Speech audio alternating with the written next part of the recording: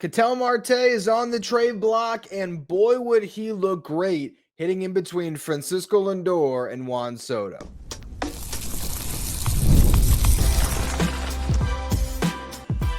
You are Locked On Mets, your daily New York Mets podcast. Part of the Locked On Podcast Network, your team every day. Hello to all you amazing Mets fans. You're watching Locked On Mets, part of the Locked On Podcast Network, your team every day. I'm your host, Ryan Finkelstein. I've been covering the New York Mets on this show since the 2019 season. It's the number one daily podcast on the New York Mets. If you want to find any of my written work, you can do so over at justbaseball.com, where I work as the editor-in-chief. Today's episode is brought to you by Game Time. Down the Game Time app, create an account. Use the code LOCKEDONMLB for $20 off your first purchase. Now, the rumor mill is off and running. We have different trade candidates that are being floated. We have free agent rumors that are starting to percolate. The big one of the day came from Bob Nightingale, who wrote an entire article just breaking down what he's hearing. He's at the GM meetings. He's talking to people and what the buzz is right now in the industry. And the one that got a lot of traction is that Ketel Marte is on the trade block, according to Nightingale. Here's what he said. The Diamondbacks will ask for a lot in return, but they're definitely motivated in moving him with $71 million remaining through 2030. Now, we'll talk about the salary in a little bit. I think he got the number way off from what I'm reading online. Maybe he knows something I don't. I think he's owed closer to $100 million. But regardless, he said if they don't move him by mid-April, Marte will have 10-5 rights and a full no-trade provision. Now, 10-5 rights are if a player has been in the big leagues for 10 years, they reach 10 years of service time, and they've been with the same team for 5 years, they have the rights to a full no-trade clause, even if it's not already specified, in their contract. So, Marte, if he really is this clubhouse problem, which was reported in the middle of the season, you had Geraldo Perdomo refute it, but it was out there, and I don't think it came out of thin air, that apparently Ketel Marte was rubbing some people wrong in that Diamondbacks clubhouse as he was maybe asking for too many days off. There was apparently a situation where coming out of the All-Star break, he went on a vacation. It didn't return in the proper amount of time. So there was some things that was, again, going on behind the scenes that painted Ketel Marte as a bit of a diva that maybe the Diamondbacks were getting a little bit tired of. So if that really is true, and you are operating under a window where in the middle of April, he receives a full no-trade clause and can pick his destination instead of what he has right now, which is a 5-team no-trade list, who knows? The Mets might be on that no-trade list, and all this is a moot point as far as the Mets are concerned. But you have right now 25 teams that you could deal Marte to where he couldn't veto the trade. And so it does make some sense if you think that he's a little bit too much of a problem and you want to get out of the Ketel Marte business, but also cash in on a really nice trade piece, clear some salary off your books. This is the offseason to do it. So I think it is realistic to think that you can place calls on Ketel Marte and the Diamondbacks are not going to hang up the phone, but you're going to have to give up a good amount to get him, and we'll talk about the package it might take in the next segment, but focusing first on the player. How much money is he actually owed? From what I can find, it's a $16 million salary in 2026, $12 million in 2027. Then for the final 3 years of the deal before a player option, it's salaries of $20 million, then $22 million apiece in the final 2 seasons. He then has a player option for $11.5 million. So when you factor in the luxury tax under the current CBA, every guaranteed year that the player has gets added together to form that AAV. And it's the salary you acquire that calculates what that AAV will be for your luxury tax. So the first year of the deal, he made, I would say, $14 million this past season on the extension that was at on top of his previous deal.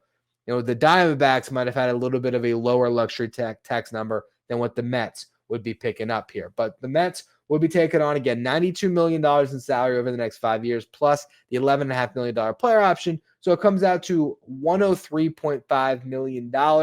You divide that by 6 guaranteed years, it comes out to $17.25 million per season in terms of AAV. And that's for the best second baseman in baseball. So really, if you look at what this guy would make, if he just hit the market right now, Ketel Marte as a free agent this offseason, for one, he's probably, I'm trying to think of where I'd stack him on this class. I would almost say he'd be the number 2 free agent behind Kyle Tucker. I think Ketel Marte right now is probably a little bit of a better player than Alex Bregman and Cody Bellinger. Bo Bichette, you have the years difference, right? So maybe some would say Bichette might get a larger deal because he gets a longer deal, and so more total money.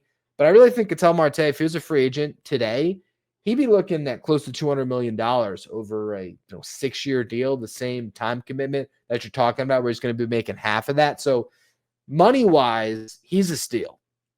You also have a big-time player in October. Remember, he helped carry the Diamondbacks to that World Series, hit 329 across that postseason, got a hit in every single game until the elimination game of the World Series. And because he had a hitting streak that dated back to 2017, the prior time the Diamondbacks were in the playoffs, you put it all together, he set an MLB record for the longest hitting streak in MLB history in the playoffs at 20 games. So Ketel Marte can shine in the biggest of moments. He's been unbelievable the last 2 years. In 2024, near MVP, I think he finished third behind Lindor and, of course, Ohtani. He hit 292, 372 on base percentage, a 560 slug from a second baseman. He hit 36 bombs in 136 games. That's pretty remarkable. Drove in 95 runs. When it comes to WAR, he was a 6.3 win player. That's really impressive, especially in that limited amount of games. I mean, not limited, but 136 isn't 160. If you had played a full season, you're talking about a 7-win player. Really good stuff there. This past season, numbers slipped a little bit, but not much. The average went from 292 to 283. The on base actually ticked up a little bit, 376 compared to 372. The slug is where there was a drop off from 560 to 517, hit 28 home runs and drove in 72 in 126 games, but he was still nearly a 5-win player, 4.6 FWAR. Defensively, outstanding in 2024. This past season, just good. In 2024, 10 defensive runs saved, 8 outs above average. This past season, it was 1 apiece on both of those metrics. There's risk for sure. He's 32 years old, but a discount contract, a clear superstar. And if you slot him into your lineup with Francisco Lindor, Ketel Marte, Juan, Soto, you got 2 switch hitters, and then Soto, 1 through 3 in the lineup. You have Lindor, who gives you a little bit of everything. He has really thrived in that leadoff spot, brings you power. He's not going to get on base at the highest of clips, but he'll still get on base at a good clip. He'll strike out some, but he's not going to strike out an egregious amount. Then you get to Marte and Soto, and both of these guys don't strike out, walk a ton. Obviously, Soto to a different level, but Ketel Marte consistently walking over 10% of the time. And all 3 of those guys have power. Those are 3 complete hitters that you're building around. It would make for a really exciting Mets team. The question is, how do you get him? So we'll talk trade packages in the next segment. And then how would he fit on the team long-term since he is locked into that contract? We're going to go through it all here in just a minute. Today's episode is brought to you by Game Time. The NBA season's back, and honestly, there's no better time to be in the arena, surrounded by your fans, cheering on your team. But let's be honest, getting tickets can be a hassle between queues, login screens, and prices jumping at checkout. It can be frustrating. That's why I use Game Time, the app that gives the advantage back to fans. Game Time's fast, it's easy, it's backed by the Game Time guarantee. So you're always going to get 100% authentic tickets delivered on time and at the best price. Plus, all fees are included, so the price you see is the price you pay. I just used Game Time this past weekend to check out a Miami Heat game. If you're looking to get into the arena in the fastest, cheapest, and least stressful way possible, I highly recommend using Game Time. Download the Game Time app, create an account, and use the code LOCKEDONMLB for $20 off your first purchase. Terms apply. Again, that's promo code LOCKEDONMLB for $20 off. Swipe, tap, ticket, go. Download Game Time today. Thank you for making Locked On Mets your first listen of the day, and thank you for making Locked On the #1 sports podcast Network. Now, let's talk a little bit about what it would take to acquire Ketel Marte. For justbaseball.com, where I'm the editor-in-chief, we're actually doing mock trades right now. We're working on it on Ketel Marte and Tarek Skubal, the two biggest names of the offseason that are potentially on the trade market. And I had a non-Mets guy, Jack McMullen, send me some mock trade ideas for Ketel Marte today. Now, Jack McMullen is the radio voice of the Marlins. He was with the Pirates doing games for their AAA affiliate for a long time, so he knows prospects. So I'm going to defer the package to him so I don't have to take the blame before I then ruin that, because I'll give you my own trade package and how I'd maybe tweak what Jack puts forward here. But what he said for a potential mock trade where the Mets land Ketel Marte, they're going to get 2 arms and a bat. Brandon Sproat, Christian Scott, and Ryan Clifford. Now you're trading Brandon Sproat, who would slot immediately into the Diamondbacks rotation this upcoming season. Christian Scott still has options coming off Tommy John surgery. You might have to slow play him a little bit, but theoretically, 2 guys who could be in their rotation this season, and Ryan Clifford gives them a first base prospect who also has an ETA of maybe 2026, reached AAA this past year. I talked about Clifford on the podcast on Saturday, and I broke down the Mets' top 10 prospects. He is the best power bat in the Mets system. And the one issue I have with this is I would assume if the New York Mets are trading for Ketel Marte, this would be their pseudo Pete Alonso replacement. And what I mean by that is this is the next contract that they'd have on their books through 2030, where maybe you don't want to lock yourself into a core of Marte, Lindor, Nimmo, Soto, and Alonso. Now that's so many big contracts on your books. Where's the flexibility for a top prospect to crack the lineup? Where's the maneuverability of your roster moving forward as far as financially when you are just locked in to all of those salaries? To me, if the Mets made the splash to get Marte, it would maybe be about reallocating some things, moving some things around. Maybe then you feel more comfortable with rolling with Mark Vientos at first base, or maybe you're looking at the market and saying, you know what?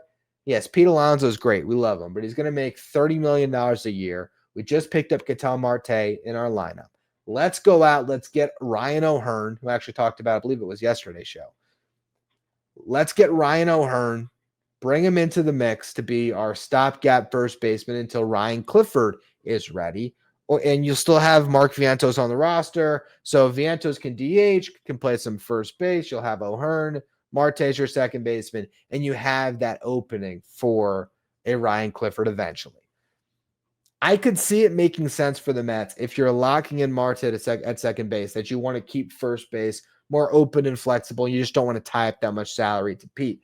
Now, if you did sign Pete and trade for Marte, talk about a 1 through 4 in the lineup. That would be really impressive. I just don't know if they'd go there. So with that said, if the assumption is you're getting Marte, you're not bringing back Alonso, I wouldn't want to give up Ryan Clifford in this deal, and I would instead actually be more incentivized to trade Jett Williams, which seems counterintuitive, right? I'm now putting a better prospect on the table, but if Jett Williams is not your center fielder of the future, which it doesn't seem like he is, that position feels more like Carson Bench's, and if not Bench, you have A.J. Ewing coming up behind Bench. I think Bench very well could end up being in right or left with Soto or Nimmo at DH, and A.J. Ewing in center field in a couple years if everything breaks right. So the point being, Jett Williams likely is path to the big leagues from the Mets at second base, but now you've traded for Ketel Marte. Now Jett Williams is more expendable. I think Jett Williams would be more attracted to the Diamondbacks, in which case maybe you could hold on to Christian Scott in this deal. Because I think if the starting point is you're taking on all the salary of Marte, not that it's a lot, but it's still clearing what could be a clubhouse problem and whatever else is going on there in Arizona where they'd want to trade Marte anyway. And in return, they're getting a guy that's slots into the rotation immediately who has been a top 100 prospect. And they're getting a guy in Jett Williams who's a top 50, if not a top 40 prospect in baseball. Yes, you'd still have to put on, an additional piece or two to make the whole thing work. But I think you could hold on to Christian Scott in that circumstance, because the other hang up I have on Jack's trade package is giving up 2 starting pitchers who could factor into your rotation this year without getting a starting pitcher in return. For example, if you trade for Skubal and the cost ends up being Jonah Tong and Brandon Sproat, Doesn't feel great to give up that much control for Skubal, but I'd understand it in the fact that Skubal is your ace, and the expectation would be, even if you have to wait a year until he gets to free agency, you're going to do everything you can to retain Skubal, you would hope. In which case, you can stomach it a little more if you give up 2 arms that could factor in this year. Instead, I'd rather give up an RJ Gordon, something along those lines. You could say Jack Weninger or Jonathan Santucci, but I think those guys right now, just since they're coming off healthy seasons, would conceivably be more valuable on the trade market than Christian Scott. I don't know for sure. But again, I think if you were to start off a trade package for Ketel Marte with Brandon Sproat and Jett Williams, that's going to move the needle a pretty fair amount, where you can add on some filler pieces to fill out that package that allow you to maintain somebody like Christian Scott to help you in 2026 if that rotation need does pop up. One other thing to just think about when it comes to a Ketel Marte acquisition. How would the Mets feel about locking in their middle infield for the rest of the decade? How confident are they that Francisco Lindor has another 5 years of shortstop in him? I think he does. But also a con for you that Ketel Marte has 5 more years of second base in him. His defense did regress significantly this past year, but if there was stuff going on behind the scenes, that could explain it. In 2024, the Diamondbacks had a season that sort of mirrored the Mets, where they had an incredible run down the stretch to nearly make the playoffs. And considering how well the team was playing, sometimes that can help your defense take up. I think you see the same thing with Lindor this past year. When the Mets were amazing in 2024, his defense was at an all-time high. When the Mets were struggling and everyone was trying not to make mistakes, he was making more mistakes at shortstop. So I wouldn't be opposed at all to locking in Marte and Lindor for the rest of the decade. But I do wonder if the Mets look at second base and think maybe you don't have to shoot that high as far as getting a Marte to fill that position. Maybe they look at Jett Williams coming up and say, you know what, let's just keep Jett, because Jett's going to give you great defense. He's going to be a pesky bat in your lineup, speed to the bases, cost controlled and cheap. You also have Acuna on the roster. You got Brett Beatty that can slide to second base. Behind Jett Williams, you always could slide AJ Young back to second, although I think his value now is really going to be more tied to playing center. But the point is, second base might be a position that you can fill in other ways other than a Ketel Marte acquisition. But again, this is the best second baseman in baseball. So I'd be in on it for sure. Would I prefer Ketel Marte over just simply re-signing Pete Alonso and then doing other things to improve this roster, whether it be adding that ace that we've talked about? Maybe it is trading a Mark Vientos and the Jeff McNeil to bring in some fresh blood. Who knows? But it's definitely an option that is an exciting one to think about. And again, it would be hard to put together a better set of hitters atop your lineup than Lindor, Marte, and Soto, who I think all fit each other very well. The question would then just become, if you don't retain Alonso, who's batting cleanup, right? You'd still have a hole there. It's just maybe the Mets could find a stopgap on a 1 or 2 year deal. Maybe now all of a sudden they do trade for Yandy Diaz or Wilson Contreras, some other names we talked about, and that can smooth things over. But that's where I'm at on Marte. There was other rumors that took place on Monday that I want to go through. Will Salmon wrote an article about what he's hearing for The Athletic. And one of the things he's hearing is that Kodai Senga is actually getting some trade interest. Today's episode is brought to you by FanDuel. The NBA season's here, and FanDuel has an offer you don't want to miss. Right now, new customers can bet just $5. You're going to get $300 in bonus bets if you win. That's right. You pick a bet, you put down $5. If it hits, you're going to unlock $300 in bonus bets to use across the app.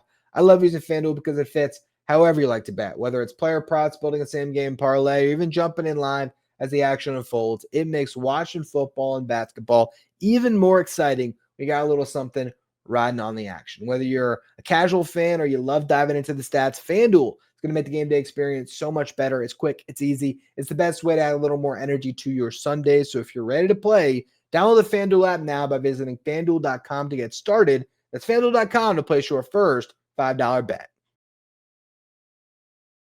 If you're watching on YouTube, do me a favor and hit that subscribe button. Help us get closer to our next goal of 15,000 subscribers. I'd love to get there by the end of the year. Really do appreciate all of you who continue to subscribe. Before we talk about the Senga rumors, let's go through some news. The Mets signed infielder Jose Rojas to a minor league deal today. He's 32 years old, has not played in the big league since 2022, but he had a monster season in AAA for the Yankees. Hit 287, got on base at a 379 clip, and slugged at a 599 clip. Hit 32 homers, which led the International League. So big time pop, can play first, third, left, and right. On a minor league deal, no risk at all. You got to love this move because it really doesn't mean much of anything other than the fact that you have a big bopper that you can stick in Syracuse. And if you have a need, or if he's red hot, you might have an option. So good minor league signing that was worth discussing. I also want to talk real quick about what Andy Martino said about Pete Alonso. Now, for those of you who missed it, on Sunday, I did a show based on a report that came out talking about how Pete Alonso is expected to leave in free agency. But as I get into on that show, if you want to go back and listen, my issue with the report, and it wasn't even that it was reported, but more just the way people reacted to it, is the fact that it came from a rival NL scout, which you might as well just ask a Braves fan, hey, what do you think is going to happen with Pete Alonso? And that intel could be just as good as what we learned on Sunday. When Andy Martino has sources within the Mets, comes out and writes a little bit about the situation, I think you can find some valuable information in there. So here's what he says. In the early days of the offseason, a perception has seemed to congeal that Alonso is a goner and that Mets president of baseball operations, David Stearns, does not want him. The former is inaccurate because it's way premature. The latter is inaccurate because ... well, it just is. He says there seems to be among many fans a perception of Stearns as a cold technocrat who can't understand the emotional connection fans feel toward its player. That is not true. The same supposed technocrat spent his childhood sneaking a radio into his bed to listen to Gary Cohn and Bob Murphy on school nights. In terms of attachment to the Mets, Stearns is one of you, and like you, he knows Alonso delivered an outstanding offensive season in 2025 and a subpar defensive campaign. Unlike you, Stearns' job is to decide how many years and dollars that is worth to the franchise and to avoid a contract that will end up hurting the team he loves. He continues to say another oft-repeated inaccuracy is that Stearns did not want to sign Alonso last winter and that Steve Cohen did. He said, my information was always that the two were aligned on wanting the player but fearing the downside of a long commitment. They were both happy to have Alonso on the team in 2025, which in fairness, he almost certainly would not have been had any other club offered a 4 or 5 year contract. Alonso re-signed with the Mets on a 2-year deal that included an inevitable opt-out after year one. Then he says, my hunch is that both Stearns and Cohen would be happy to welcome Alonso back in 2026, albeit with a significant increase in at-bats as a designated hitter. He says they like the person and the ball player, but he also mentions that things have not changed. He thinks it's hard to imagine the Mets being willing to offer him a 4 or a 5 year deal now that he is a year older. So all of that is to say, the narrative that is out there that there's no world where David Stearns wants Pete Alonso and he's ready to kick him out the door at the first sign of any other team being interested, it's probably overblown. I am curious about the years. I hope that the Mets would reconsider giving him a 4 or 5 year deal. I get not going beyond 5 years, but we'll see. We'll see. I still think that information is better than what we learned over the weekend. It does not paint this as, oh, Pete Alonso's walking. It's, hey, it's November 11th. Hey, cool, 11/11. How about that? But it's November 11th. It's way too early to know what Pete Alonso's market's going to be, how the Mets are going to react to it, and what their alternative plans are. Although Will Salmon has some ideas in his article, what he's hearing at the GM meetings, essentially what the article was. The title might have been a little bit different, but you could find it on The Athletic on the Mets page. He mentioned internal possibilities to replace Pete Alonso, and he said Jeff McNeil, Mark Vientos, and Brett Beatty, that any of them can slide over and play first base. Mentioned how in the past, David Stearns moved, was it Heston Kira, I believe it was, from second to first, and they picked up Colton Wong with the Brewers to have a more defensive-minded second baseman and move an offensive-minded second baseman to first. So, I mean, could Jeff McNeil be the Mets' first baseman? Who knows? Maybe if they trade for Ketel Marte, you stick McNeil at first base, platoon him there at Vientos, and you wait for Ryan Clifford. We will see. But interesting that those were the names mentioned. That's just who the Mets have. I mean, Ryan Clifford would be another internal candidate, But really, if you're moving on from Pete Alonso, you're not picking up anybody outside the organization, you better have upgraded big time at second base or third base. Because if you're moving Beatty to first, well, who's playing third? You're just counting on Mauricio and Beatty to plug up your corner infield spots? I don't think so. So still a lot to be determined there. One other note from Will Salmon that was interesting was that the expectation is for Juan Soto to stay in right field. He also actually talked about the free agent market and said because the Mets are trying to improve their defense, he does not believe Munetaka Murakami or Kazuma Akamoto are their immediate targets. I will be discussing those two guys as well as the pitcher. Was it Tayuma Ime? Tayazuna Ime? This is why you got to wait for tomorrow's show to get all the Tatsuya Ime. I'm going to dive into these guys a little bit more over the next 24 hours here and give you a show on them tomorrow. All of that brings us to the close for today's show, which was in Will Salmon's reporting here, talking about Kodai Senga. It says that Kodai Senga is getting interest as a buy low candidate after he experienced injury and ended the season in AAA due to poor performance. He says, unclear how open the Mets would be to trading him, though they've had conversations about their starting pitchers, including Senga. People briefed on the talks said, he says the Mets are clearly in the market for help in their rotation, but league sources said it's more likely to end up with one addition rather than two, given their crowded group, unless there's some subtraction. So Kodai Senga could be the subtraction. I don't think you're trading Sean Manaea. 2 more years left on his deal. I think that's going to be a harder contract to get off of. David Peterson, a year away from free agency. You probably could trade him, but you might not get anything of value for him. And you'd be maybe trading a little bit low on him just because of that second half where he struggled. It was an all-star season, but the second half was really bad. Clay Holmes, I don't think you'd want to trade him. You definitely could, but I don't think you want to. Really valuable on that contract, and he was your best starting pitcher this past year. I think going into the season, if you're looking for more certainties, I would be certain that David Peterson is going to give me some quality innings, maybe as a 4 or 5 starter, not a front of the rotation starter that he flashed being in the first half of this past season. But that's fine. Kodai Senga is a wild card, and maybe the Mets are done with the headache. He's particular about his mechanics. He needs everything to be fine-tuned to be right. It just seems like he's kind of just a little more difficult to manage compared to a David Peterson, right? Who's maybe a little more laid back and easy to deal with. I don't think you're getting much for him. Maybe you could find a trade where, you're taking on a salary, like maybe in the Ketel Marte trade, right?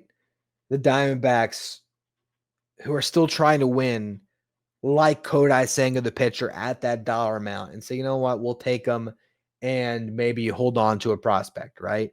Maybe if you do pull off the trade for Skubal and the Tigers are trying to still contend, maybe they'd want a guy that could be at the front of their rotation if everything breaks right, and maybe they feel like they can fix him because it's a big ballpark and maybe mentally it'd be a good place for him.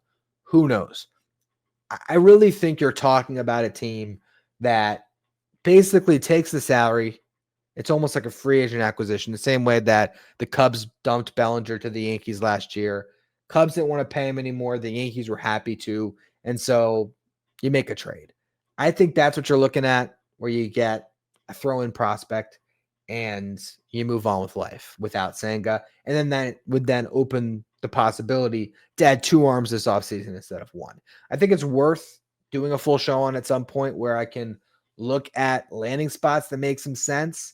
And talk through it a little bit more, whether the upside of Senga is worth giving up on. I don't know. I think it's very easy to just come to terms with the fact that maybe it's just not the right fit after the way the season ended. But the other side of that coin is the guy was really good in the first half. And you are trading him as, again, a buy low candidate, which means you're selling low. So it is what it is on that front. I appreciate all of you who tuned into the show today. Barring news, again, we're going to do a look at the Japanese market for free agents, a couple of really prominent names that are going to get a lot of buzz and the Mets might be interested in. So we're going to go through all of those names on tomorrow's show. Again, barring some big news that might break. As always, thank you for listening. Thank you for making Locked On Mets your first listen every day and for making the Locked On Podcast Network the #1 sports podcast network. As always, again, follow, rate, review, wherever you get your podcast. Subscribe if you're watching on YouTube. And if you want to be part of our Locked On Mets Insiders, you can find a link in the episode description, or you can subscribe at subtext.com/LockedOnMets.